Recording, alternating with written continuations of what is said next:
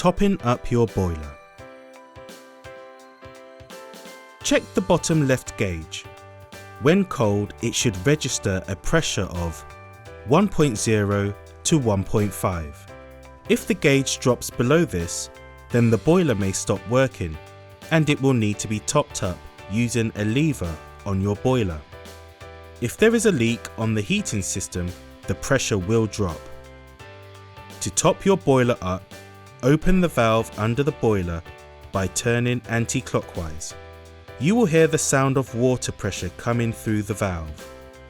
You will also need to look at the pressure gauge at this time, and you will see the pressure dial going up. Turn off the top-up valve as soon as you see the gauge pressure reaches 1.5 bar. Make sure you don't leave this valve open.